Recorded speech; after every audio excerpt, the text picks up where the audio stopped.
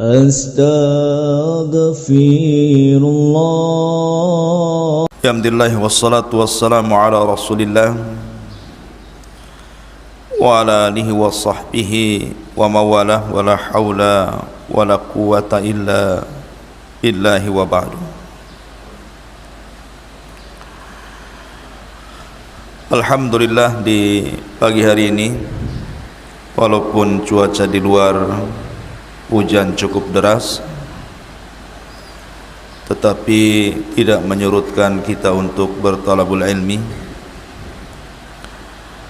Dan kita lanjutkan pembahasan kita, masih membahas Al-Qasas wal Quran, kisah-kisah dan ayat-ayat di dalam Al-Quranul Karim. Dan sekarang kita masuk pembahasan dalam suratul Naml, tepatnya pada ayat 16 dan seterusnya. Allah Subhanahu wa taala berfirman,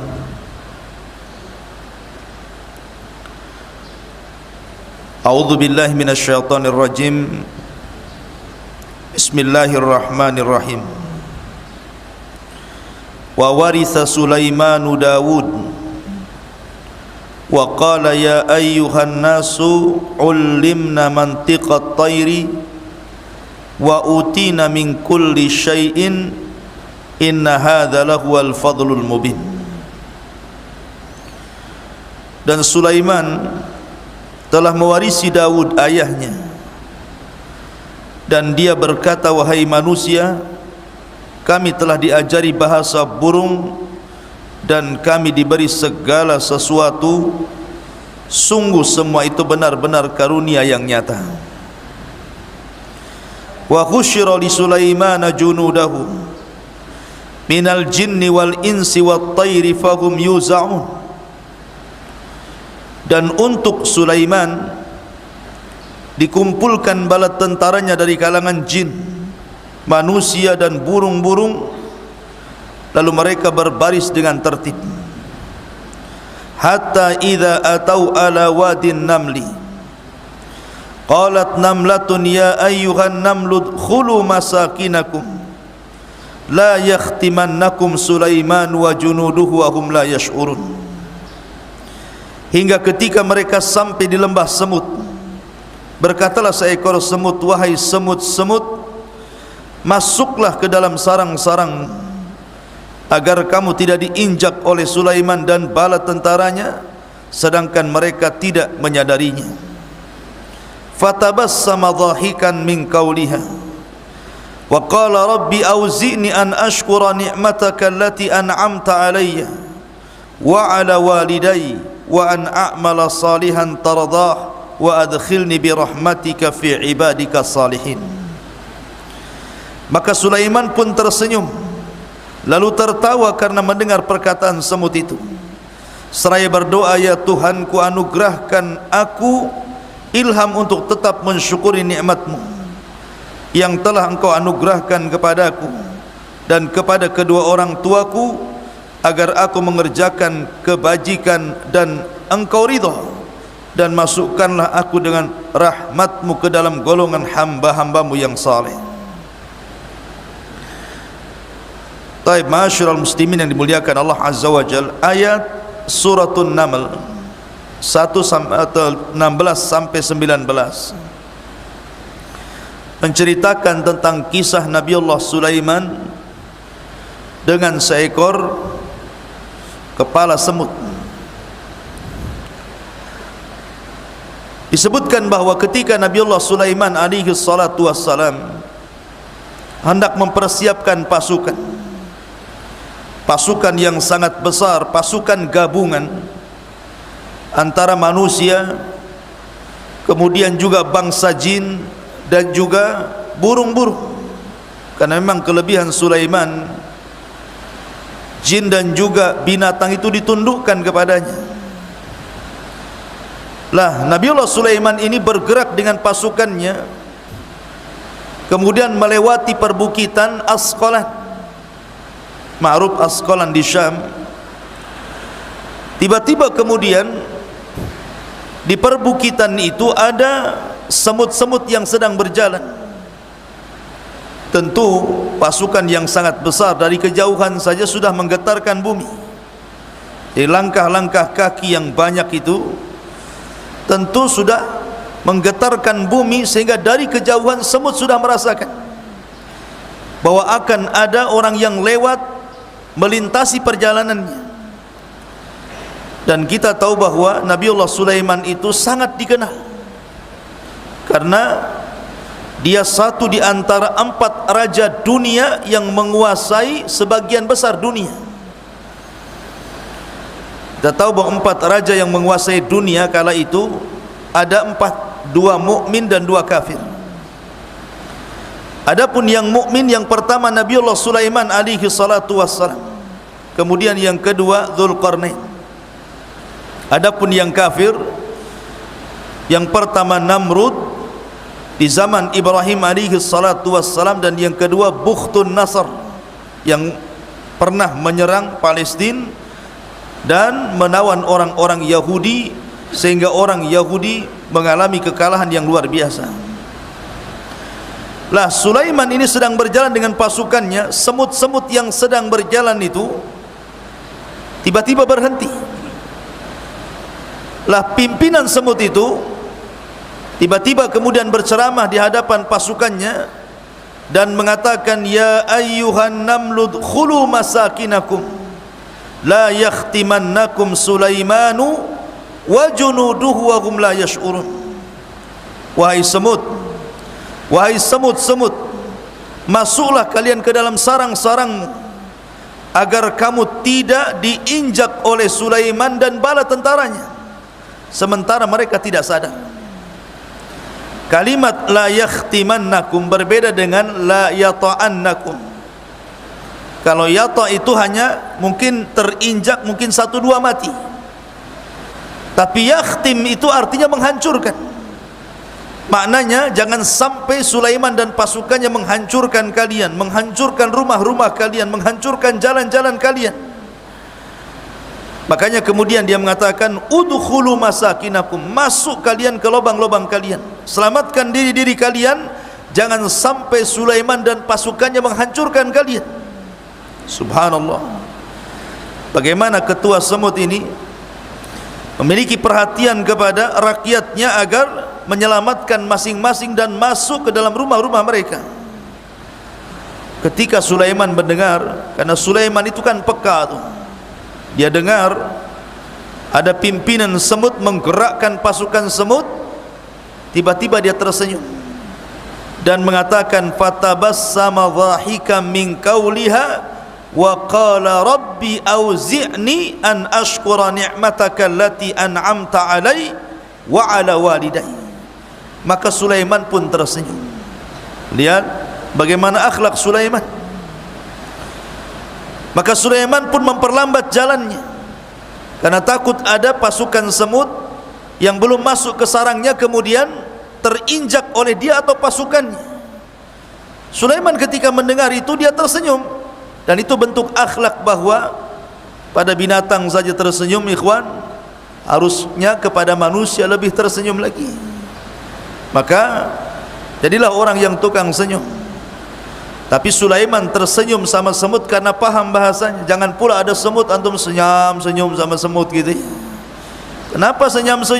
Sulaiman kan senyum, saya pun senyum. Itu orang gila namanya. Antum tidak paham bahasa Sulaiman. Jadi Sulaiman alaihi salatu wassalam tersenyum karena paham dengan bahasa semut. Makanya dia tersenyum. Kemudian dia mengatakan, Rabbi auzi'ni an ashkura ni'mataka allati an'amta alayya wa ala walidayya. Maka Sulaiman setelah tersenyum dia berdoa, ya Rabb, anugerahkan kepadaku ilham untuk tetap bersyukur akan nikmatmu yang telah engkau anugerahkan kepadaku dan kepada kedua orang tuaku. Dia teringat orang tuanya Daud alaihi salatu wassalam. Lihat bagaimana Sulaiman bersyukur kepada Allah Azza wa Jalla atas nikmat, diberikan kepadanya banyak mukjizat yang mampu menundukkan segala hal, mulai daripada jin, binatang sampai kepada angin. Itulah mukjizat Nabiullah Sulaiman alaihi salatu wassalam. Kemudian kisah yang kedua, Nabiullah Sulaiman dan seekor burung yang disebut dengan hudhud. Ada 4 binatang tidak boleh dibunuh. Pertama semut, yang kedua burung hudhud, yang ketiga tawon. Antum tahu tawon? Lebah, ya kan? Itu tidak boleh dibunuh, termasuk dibdah. Tahu dibdah? Kodok. Kalau anak yang disebut cebong. Antum tahu cebong? Anak kodok cebong itu. Lah ini binatang-binatang tidak boleh dibunuh. Salah satunya adalah burung hudhud. Kenapa burung hudhud tidak boleh dibunuh? Ada sejarahnya. Kenapa dia tidak boleh dibunuh?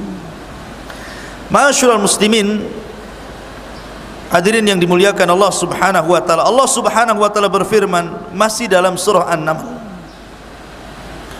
Wa tafaqqada at-tayra faqala ma liya la ara al-hudhud am kana minal ghaibin.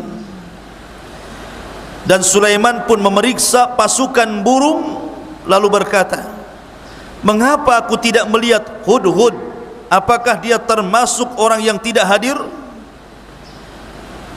Ketika Nabiullah Sulaiman bergerak pasukannya di padang pasir, kita tahu bahwa salah satu muhandis, antum tahu muhandis, insinyur, salah satu insinyurnya Nabiullah Sulaiman itu burung. Lihat, di zaman itu burung jadi insinyur, ya, antum kalah titelnya. Ini burung jadi insinyur. Jadi Sulaiman punya insinyur namanya burung hudhud. Jadi insinyur hudhud begitu ya, titelnya. Ya.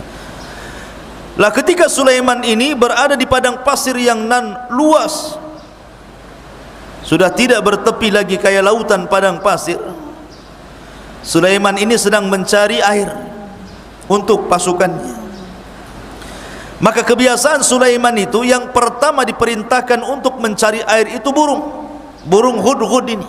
Dia terbang ke atas, kemudian dari atas dia melihat mana daerah-daerah bumi itu yang memiliki air. Kalau sudah nampak oleh burung hudhud, maka jin-jin akan datang kemudian melubanginya.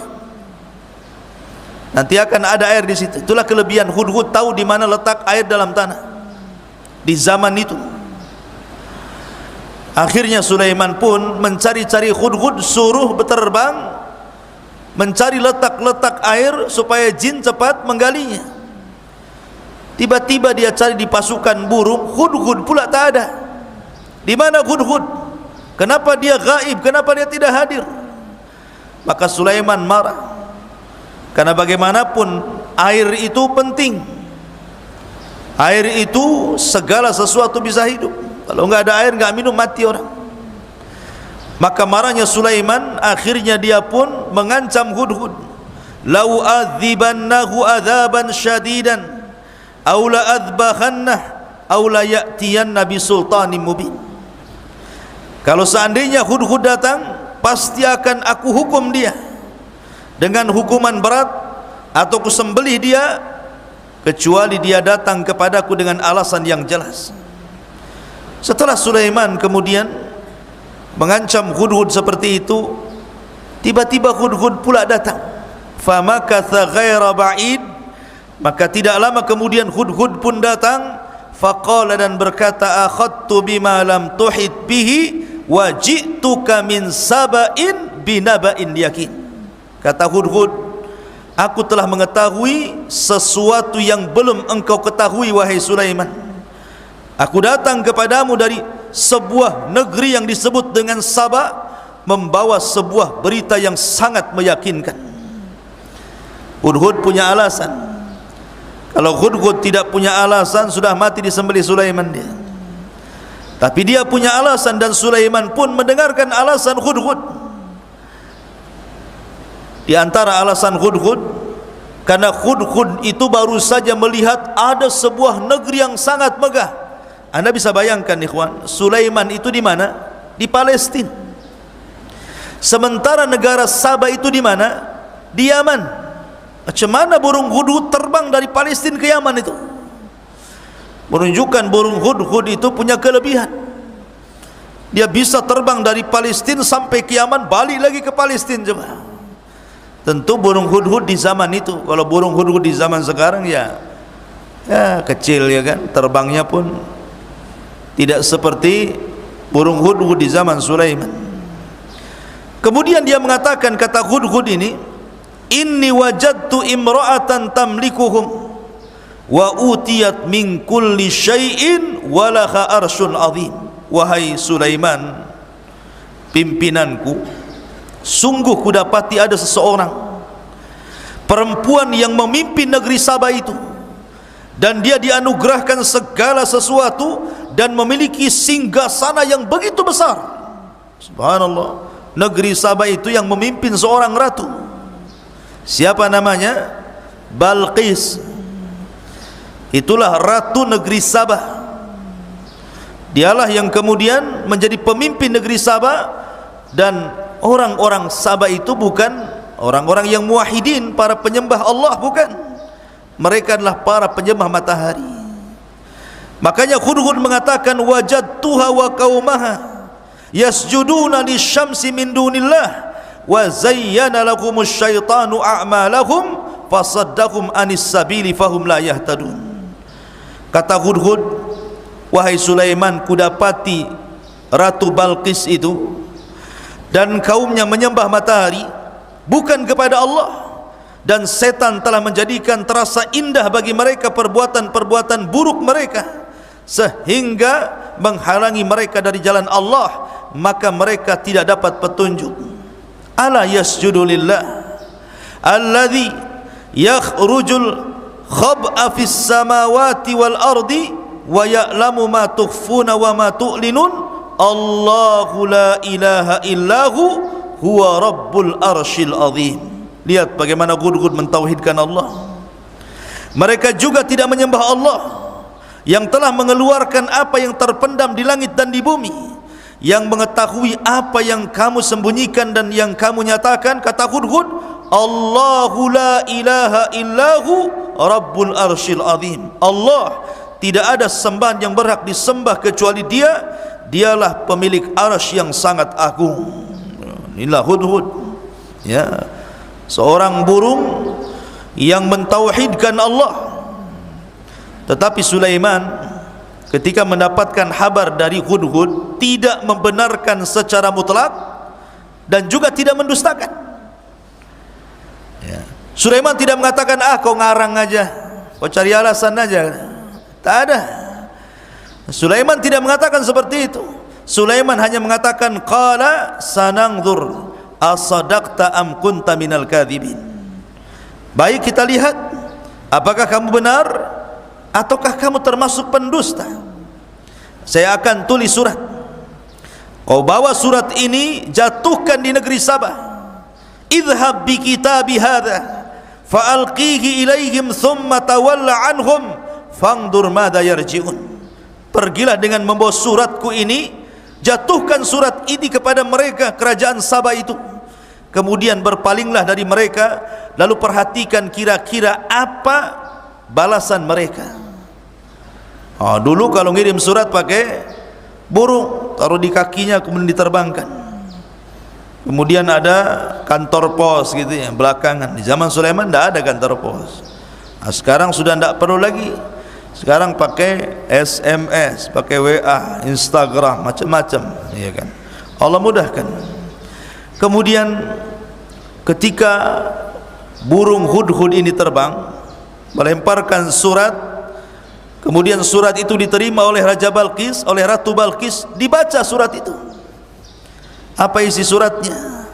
Innahu min Sulaiman wa innahu bismillahirrahmanirrahim. Sesungguhnya surat ini dari Sulaiman yang isinya dengan nama Allah yang Maha Pengasih lagi Maha Penyayang. Alla ta'lu alayya wa'tuni muslimin. Jangan engkau sombong kepadaku, kata Sulaiman. Datanglah kau kepadaku sebagai orang-orang yang menyerahkan diri. Jangan coba-coba main-main dengan saya. Subhanallah. Ratu Balqis tiba-tiba kemudian mengumpulkan seluruh pembesarnya, menteri-menterinya, pejabat-pejabatnya. Wah, ini ada surat nih. Ada surat dari Raja Sulaiman, apa yang harus kita lakukan? Maka para pembesarnya yang congkak, yang sombong-sombong itu mengatakan, ketika Raja Sabah mengatakan, qalat ya ayyuhal mala'uftuni fi amri ma kuntu qati'ata amran hatta tashhadun. Kata Balqis, wahai para pembesarku, berilah pertimbangan dalam urusan ini. Aku tidak pernah memutuskan sebuah perkara sebelum kamu hadir dalam majelisku. Lihat bagaimana jawaban para pembesar Sabah itu. Qalu nahnu ulu quwwatin wa ulu ba'sin syadidin wal amru ilaiki fangdur madza ta'murin. Mereka menjawab, wahai ratuku, kita memiliki kekuatan dan keberanian yang luar biasa untuk berperang.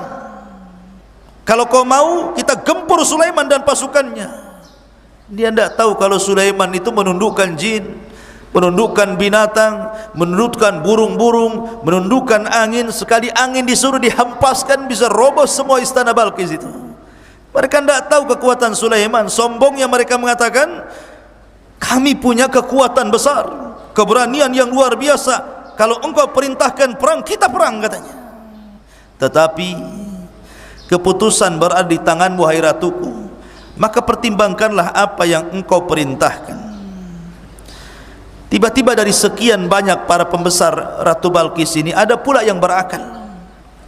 Kemudian mengatakan, qalat innal muluk idza dakhalu qaryatan afsaduha wa ja'alu a'izzata ahliha adillah wa kadzalika yaf'alun. Sungguh raja-raja apabila menaklukkan sebuah negeri, tentu mereka akan binasakan negeri tersebut dan menjadikan penduduknya mulia menjadi hina. Dan demikianlah yang akan mereka perbuat sama dengan yang lainnya. Wa inni mursilatun ilaihim bihadiyatin fanadhiratun bima yarji'ul mursalin. Gini saja, buatlah semacam hadiah, kirim kepada Sulaiman itu emas, perak, unta-unta, kambing-kambing. Berikan hadiah untuk mengetes. Kalau memang dia seorang nabi, pasti dia tidak mungkin menerima hadiah ini. Tapi kalau dia menerima hadiah ini, apa bedanya dengan raja-raja yang lainnya? Dia bukan nabi. Maka akhirnya dikirimlah hadiah-hadiah dari Balqis itu. Ini menghina Sulaiman. Sulaiman itu raja yang paling kaya di dunia, ikhwan. Tidak ada raja yang lebih kaya dibandingkan Sulaiman. Walaupun demikian, Sulaiman bersyukur dan mengatakan, hadza min fadli rabbi, ini semua karunia Allah. Apalah Balqis, kekayaannya cecuil dibandingkan Sulaiman, mau ngasih hadiah pula gitu. Kata Sulaiman, falamma jaa Sulaiman qala atumiddunani bimalin fama atani Allahu khairum mimma atakum bal antum bihadiyatikum tafrahun. Ketika para utusan itu sampai kepada Sulaiman membawa hadiah banyak, kata Sulaiman, apakah kamu akan memberi harta kepadaku? Kau mau nyogok ya? Mau nyogok ya. Ar-rasi wal murtasi finnar, orang yang menyogok dan yang menerima sogok di neraka, kan gitu kata Rasul. Apa yang Allah berikan kepadaku jauh lebih baik daripada yang Allah berikan kepada kalian. Tetapi kalian merasa bangga dengan hadiah kalian. Bawa lagi hadiah kalian, bawa ke ratu kalian sana. Irji ilaihim, kembalikan hadiah itu kepada mereka. Fala na'tiyannahum bijunudi la qibala lahum biha wala nukhrijannakum minha adillata wa hum saghirun. Sulaiman mulai ngancam nih, kembalikan kepada mereka hadiah ini. Sungguh kami akan datang kepada mereka dengan bala tentara yang mereka tidak mampu melawannya, dan kami akan usir mereka dari negeri itu, negeri Sabah itu, secara terhina, dan mereka akan menjadi tawanan yang sangat hina dina di hadapanku. Wah, langsung main ancam. Wajar, Sulaiman besar kekuatannya, tentaranya.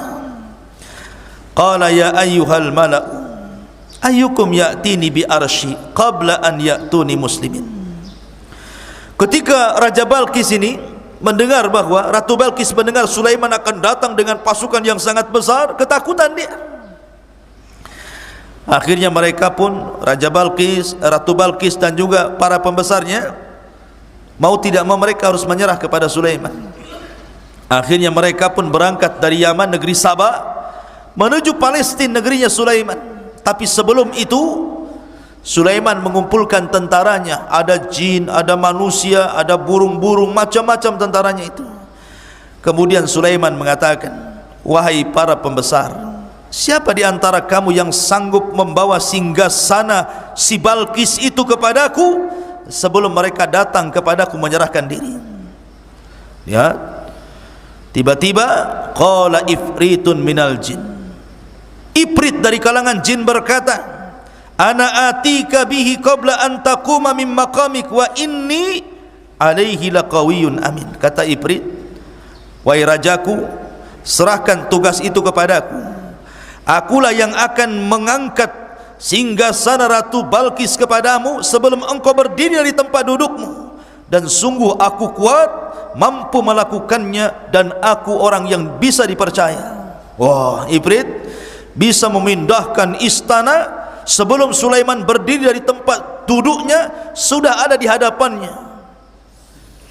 Ya, bisa memindahkan istana, apalagi ngambil uang di celengan.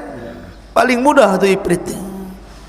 Jadi kalau disahkan ada yang hilang uang di lemari, berarti dicuri siapa?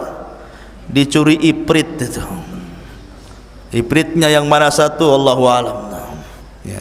Jadi jin itu bisa memindah-mindahkan sesuatu, istana aja bisa dipindahkan, apalagi uangnya. Mudah ditilep sama Ifrit itu. Jadi Ifrit bangga dengan kekuatannya, aku bisa pindahkan tuh raja tentang istana Balqis kemari. Tiba-tiba ada orang saleh, qala alladhi indahu ilma minal kitab ana atika bihi qabla an yartadda ilaika tarfuk. Seseorang yang mempunyai ilmu dari kitab berkata, jangan lagi engkau berdiri dari tempat dudukmu, bahkan aku akan membawa singgasana itu kepadamu sebelum matamu berkedip, katanya. Oh, lebih hebat lagi ini. Ini Ifrit sebelum Sulaiman bangkit berdiri dari tempat duduk, ini sebelum berkedip dia sudah di sini. Oh, ini jago lagi nih. Ya. Ada yang mengatakan bahwa yang memindahkan istana Sulaiman sebelum berkedipnya Sulaiman itu adalah Sulaiman sendiri sebenarnya. Tapi ada juga yang mengatakan dia adalah malaikat. Tapi ada juga yang mengatakan bahwa ada satu kaumnya Sulaiman, satu kaumnya Nabi Sulaiman, namanya Asif ibnu Barkhil. Asif ibn Barkhil ini menguasai Ismul A'zam, nama-nama Allah yang agung. Dia bisa memindahkan istana sebelum Sulaiman berkedip. Dan itu yang masyhur. Orang soleh, salah satu umatnya Sulaiman, Asif ibn Barkhil, dialah yang memindahkan istana Balqis sampai di Palestina. Bayangkan, istana ini ada di Yaman, di Ma'rib, ya. Dipindah ke mana? Ke Palestina. Luar biasa. Betul-betul dipindah tuh. Jadi ketika Ratu Balqis berangkat bersama para pembesarnya, nih istananya sudah nggak ada. Sudah ada di mana? Sudah ada di Palestina. Kemudian ketika datang Ratu Balqis menemui Sulaiman, sebelum itu Sulaiman ketika melihat istananya Balqis yang sudah diangkat di hadapannya, dia mengatakan, qala nakhiru laha arsyaha. Sulaiman berkata, ubahlah untuknya singgasananya. Kita akan lihat apakah dia Balqis mengenal atau tidak mengenalnya. Kita robah sedikit istananya. Akhirnya jin-jin itu merubah istananya, ya. Mungkin catnya tadinya warna ungu jadi warna pink begitu, ya. Pokoknya dirobahlah ya, ada perubahan sedikit ya. Kemudian falamma ja'at qibala falamma ja'at qila ahakada arsyuk, ketika Balqis datang kepada Sulaiman, Sulaiman berkata, coba lihat istana ini, serupa enggak dengan singgasanamu wahai Balqis? Balqis ini dia tidak mengatakan iya, tidak mengatakan tidak. Qalat ka'annahu, seolah-olah kok macam mirip ini istanaku, kok ada di sini gitu ya. Istanaku kan di Yaman, kenapa pula ada di sini? Ka'annahu wa utina al-ilma min qabliha wa kunna muslimin. Kata Sulaiman, tidak, bahkan itu istanamu. Mendengar bahwa itu istananya, kok bisa itu istananya bisa didatangkan Sulaiman dari Yaman menuju Palestina. Tentu kalau ini kan bukan mukjizat seorang nabi, tidak mungkin dilakukan. Dari sinilah akhirnya Balqis pun beriman dan mengatakan, kami telah diberikan pengetahuan sebelumnya dan kami adalah orang yang berserah diri kepada Allah Subhanahu wa ta'ala. Dari sini Balqis pun akhirnya beriman kepada Nabiullah Sulaiman, beriman kepada Allah dan menerima dakwah Sulaiman alaihi salatu wassalam. Subhanallah, berimannya Balqis dan seluruh kaum Sabah dengan ajakan Sulaiman kepada Allah Azza wa Jal. Apa penyebabnya? Penyebabnya adalah gara-gara seekor burung. Kalau bukan karena burung hudhud yang menemukan Ratu Balqis dan istana Sabah ini, kemudian dilaporkan kepada Sulaiman, tentu mereka tidak beriman. Tapi karena hudhud menemukan sebuah istana, ratunya perempuan dan mereka menyembah matahari, Sulaiman ini kan seseorang raja yang terus berkeliling mendakwahkan manusia ke dalam tauhid. Makanya sebab hidayah seluruh kerajaan Sabah oleh seekor burung hudhud. Kenapa burung hudhud dilarang untuk dibunuh? Karena dia adalah penyebab hidayah daripada negeri Sabah. Pertanyaannya, apakah Sulaiman akhirnya menikah dengan Ratu Balqis? Ada yang mengatakan seperti yang dikatakan Dhahak, seorang ulama tafsir, bahwa Sulaiman menikah dengan Ratu Balqis dan diberikan tempat yang khusus di Syam. Ada juga yang mengatakan bahwa Sulaiman kemudian menikahi Balqis, kemudian dikembalikan istananya ke Yaman dan tetap menjadi ratu di Yaman. Ada juga yang mengatakan bahkan dia sampai memiliki putra namanya Daud, kemudian meninggal di waktu kecil. Ada juga yang mengatakan dia tidak menikah dengan Sulaiman, Ratu Balqis ini, tapi Sulaiman meminta kepada Balqis, silahkan milih dari kaummu siapa yang kau ingin nikahi. Akhirnya Ratu Balqis pun memilih Malik Hamadan, maka menikahlah dengan Malik Hamadan, Raja Tuba, Raja Yaman. Kemudian memerintahkan jin untuk mengabdi kepada pemerintahan Balqis atas perintah Sulaiman. Tapi ada juga yang mengatakan Sulaiman betul-betul mencintai Balqis dan menikahinya. Akhirnya Sulaiman pun membangun 3 istana untuk Balqis karena kecintaan Sulaiman kepada Balqis. Wallahu alam, ini pendapat ahli tafsir bahwa Sulaiman menikah dengan Ratu Balqis. Subhanakallah bihamdika, asyhadu an la ilaha illa anta astaghfiruka wa atubu ilaik. Allahu ta'ala alam. Assalamualaikum warahmatullahi wabarakatuh.